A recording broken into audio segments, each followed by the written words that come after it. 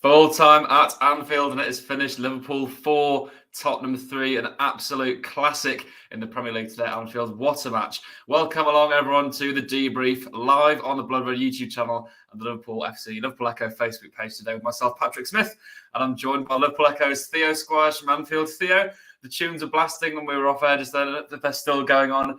Absolute scenes today at Anfield. How was your initial reaction to that one? Music stops, you're all good, Pat. Right on cue. Yeah, always the way. It's hard to find the words to describe it, isn't it? Like, Liverpool started superbly, 3-0 up after 15 minutes, and you're thinking it's going to be another one of those emphatic victories like the United 7-0, the Bournemouth 9-0. We saw Spurs crumble against Newcastle away from home only, last week. They were 5-0 down after 20 minutes. But then from 15th minute onwards, Liverpool was so poor, and they just got worse and worse. Like, Spurs kept getting in behind, they kept hitting the woodwork. Alisson had to make a couple of big saves. They get one goal, they get two goals. Then obviously Richarlison comes on, gets all the boos, all the whistles. Ex-Everton, it's just written in the stars that he's going to score, isn't he? He gets on the end of a free kick in that last minute, and before you even have a chance to be flated, before his shirt's even back on, Jota's up the other end, and he's won it for Liverpool. It's a huge 3 points for Liverpool, in the fact that they're now fifth. They overtake Aston Villa, they overtake Tottenham Hotspur. The shame with it is, because of the results already on the day, probably is not going to be enough to get anywhere near top four. Like, they are going to be fifth at this rate. This is how it's going to end the season. Europa League football next year. But it's still a victory to remember. And yeah, it hasn't quite sunk in, has it? It's so surreal, like how Liverpool can be 3-0 up after 15 minutes, and it sums up the season that they were never in control after that. They're like one of the few teams to be 3-0 up, and you're still thinking, oh, we're going to throw this away, we're going to throw this away. Like I said, Richarlison comes on, and you're just expecting an equaliser. But then to go up the other end and win it, like we had holding on to beat Nottingham Forest, we had the late draw against Arsenal. They've got that mentality back. It's basically a big relief to see them get the 3 points today, and that's what Jota's there for, isn't it? He didn't start today, he's got that knock to his back, but in the big moment, when I don't think Liverpool had a shot on target since the 15th minute, he's there in front of the Kop to win it. Yeah, absolutely. There's been loads of the comments saying, Jota back to his clinical best. It just clicks, doesn't it, when he's got this form? He might not necessarily be the best player on the pitch, but he's always going to score. And what a massive, massive goal for him. But Theo, should we start then with the first 15 minutes? As you said, it was probably the best 15 minutes we've seen from Liverpool this season. Maybe some would argue that there's points in the Manchester United 7-0 win that were better. But it was really amazing, wasn't it? This new tactic they've adopted with the inverted Trent Alexander-Arnold. It was a sublime assist from him. And Curtis Jones, I think, deserves a really special mention today. He's absolutely superb once again, wasn't he? Yeah, he was. Like, the first goal was so easy that you knew exactly what Liverpool were going to do, and there was no way of stopping it. Like, Spurs probably should have been marking Jones at the far post. You could argue they could have closed down Salah or Alexander-Arnold, and they made it easy for Liverpool. But you know exactly what Salah wants to do. You know exactly what Alexander-Arnold wants to do, and you know exactly what Jones wants to do. And it's an easy opener. It's a perfect cross from Trent Alexander-Arnold first time. And Jones running onto it, side foot. It'd be easy to time that incorrectly. I think it's on his weaker foot as well, but he puts it exactly where he needs to, low bottom corner. And it's another great game from both players, really. But Jones, especially in midfield, I think he's followed that pattern of he starts really well and tires a little bit as the game wears on. But he's a young player. He's coming back still from this freakish injury. He's going to feel those impacts. But he is stepping up, isn't he, when Liverpool need him? Like, he's covering so much ground in that midfield. He's the man almost leading the press. He's in midfield, charging everyone down. He's just got those extra legs that we've been lacking in midfield this season. And you just want him to keep taking those steps. Like, he's deserved a goal. It's been a long time coming for him to get back into the team. And now he's on this run of games. He's putting in great performance after great performance. And he deserves his place in the team. So fair play to him. Just a shame that it wasn't an emphatic victory that it set off, and it was just this narrow nail-biting 4-3 win. Yeah, I mean, but a win's a win, Theo, makes for a better storyline, I suppose, doesn't it, for us to talk about on this show.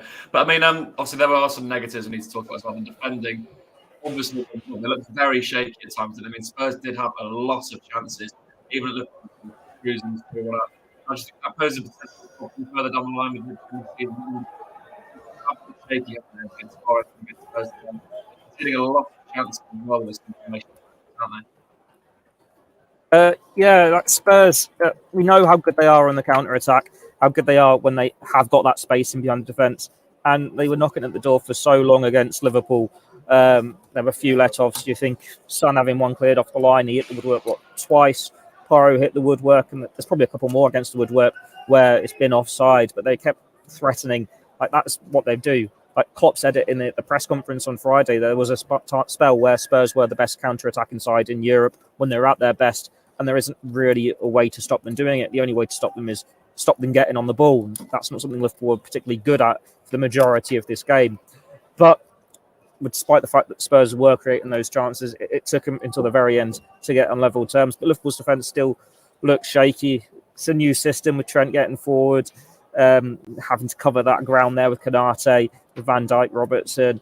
This has been the telling sign of Liverpool recently. Like, while they are getting the wins, while they are showing that mentality, there's still holes in the defence. They are conceding sloppy goals still. Like Forest, this sloppy goals there. Leeds, sloppy goals there. Arsenal, this one.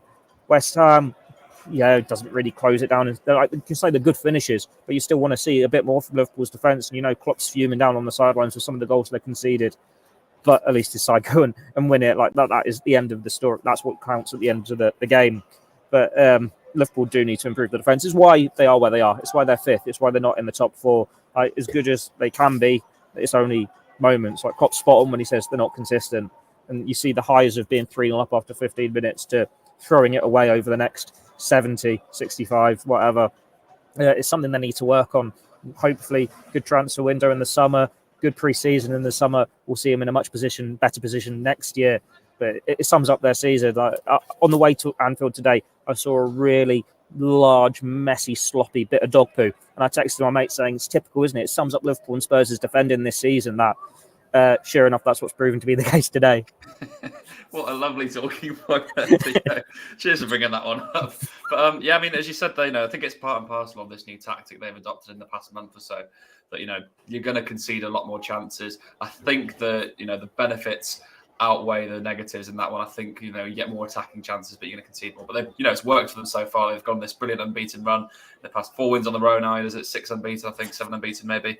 But the main problem though, you spoke about the Forest game. It's the set pieces. It was the throw-ins against Forest. They did concede an equaliser today. From a set piece. I think you said on Friday's Bloodbro podcast you were dreading Richarlison coming and scoring. It's every Liverpool fan's worst nightmare. How do you think they can solve this set piece problem? Because they are looking very shaky defensively, albeit as they're the top scorers from set pieces. Why do you think they've looked so shaky on set pieces? I don't want to throw them under the bus too much, but on the replay, it looks like it Nunes who gets lost again from the free kick, and you got a striker coming on. And, Klopp's been complaining about him not speaking English well enough.